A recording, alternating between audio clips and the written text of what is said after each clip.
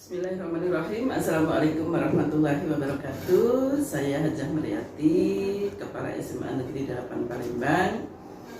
Saya mendukung penuh implementasi kurikulum merdeka di SMA Negeri 8 Palembang, dan alhamdulillah keluarga besar SMA Negeri 8 Palembang juga mensupport, mendukung penuh terlaksananya kurikulum merdeka di SMA Negeri 8 Palembang.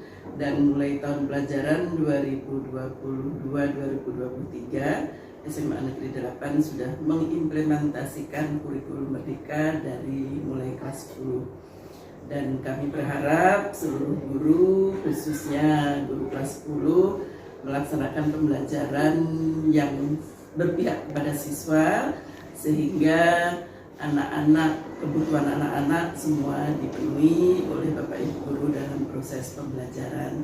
Mungkin itu saja. Terima kasih. Wassalamualaikum warahmatullahi wabarakatuh. Dan bahagia. Apa kabar Bapak Ibu semuanya? Saya berada di sekolah, posisi saya hari ini, dan saya akan menayangkan video praktik baik saya mengenai pembelajaran berdiferensiasi. Apa itu dan apa yang saya lakukan? Saksikan video. Ini adalah suasana ketika siswa membentuk kelompok diskusi di mana kelompoknya sudah ditentukan. Nah, inilah suasananya.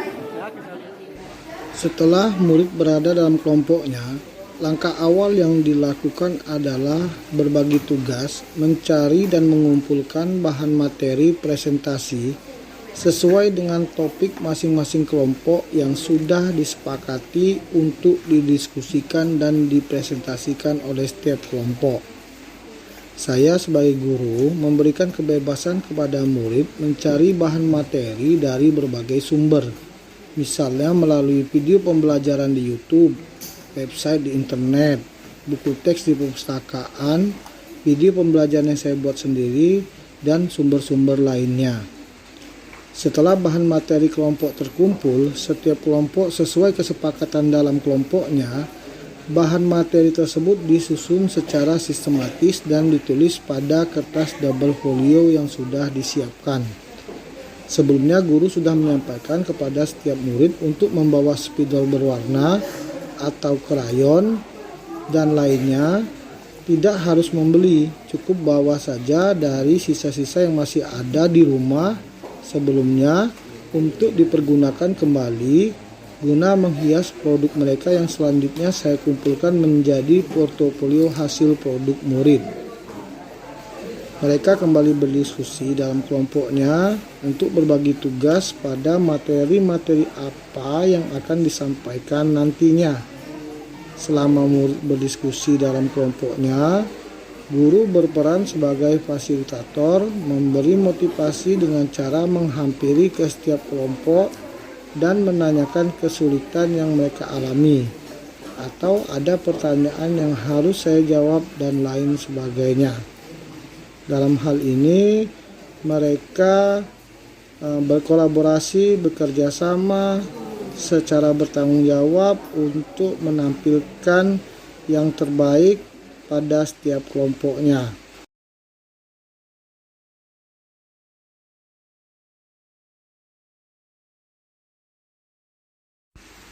Ini adalah produk dari setiap kelompok yang selanjutnya saya kumpulkan menjadi portofolio hasil produk.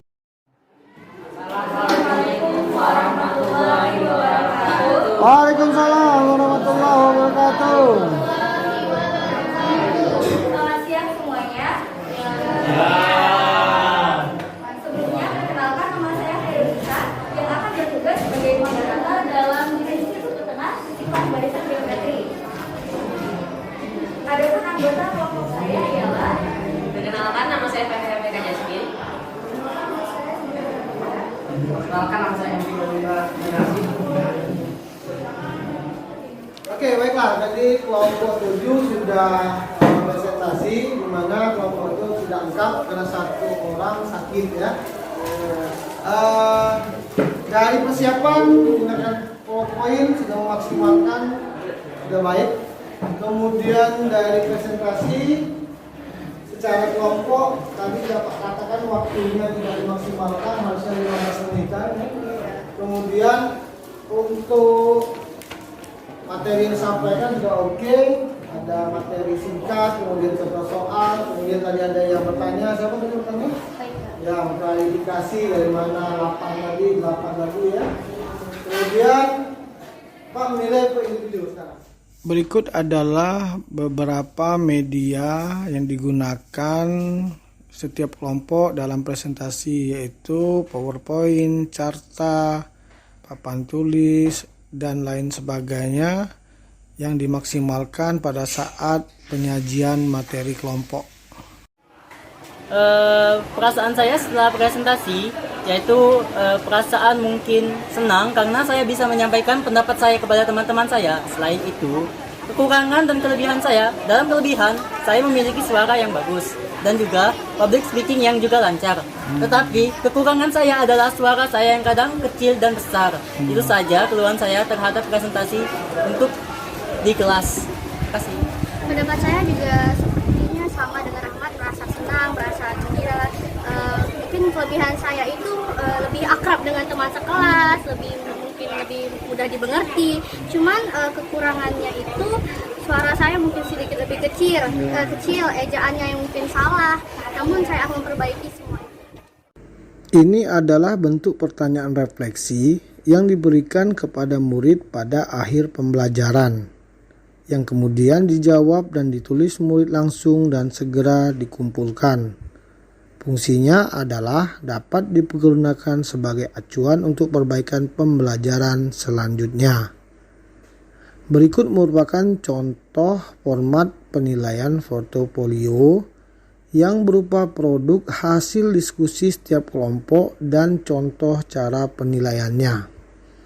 Ini adalah format penilaian presentasi yang dibagi menjadi penilaian secara kelompok dan penilaian secara individu. Selanjutnya, untuk rencana tindak lanjut dilihat dari 3 kategori hasil belajar murid, yaitu kategori paham utuh, kategori paham sebagian, dan kategori tidak paham.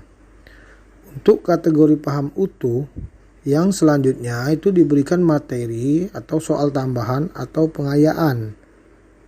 Untuk kategori paham sebagian, itu diberikan perhatian pada aspek yang masih kurang dengan cara guru melakukan diskusi kepada murid untuk melakukan penguatan pada aspek yang masih kurang tersebut.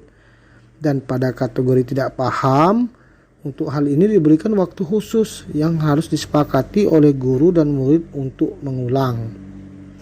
Pada penilaian pengetahuan, itu dapat dilakukan sumatif lingkup atau ulangan harian, boleh juga ulangan harian secara bersama, dan dari penilaian-penilaian yang dilakukan semua dihimpun pada format berikut ini, merupakan tabel daftar nilai murid.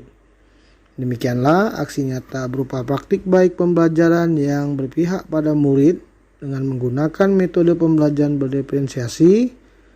Mohon maaf atas segala kekurangan. Terima kasih atas perhatiannya. Sampai jumpa. Salam dan bahagia.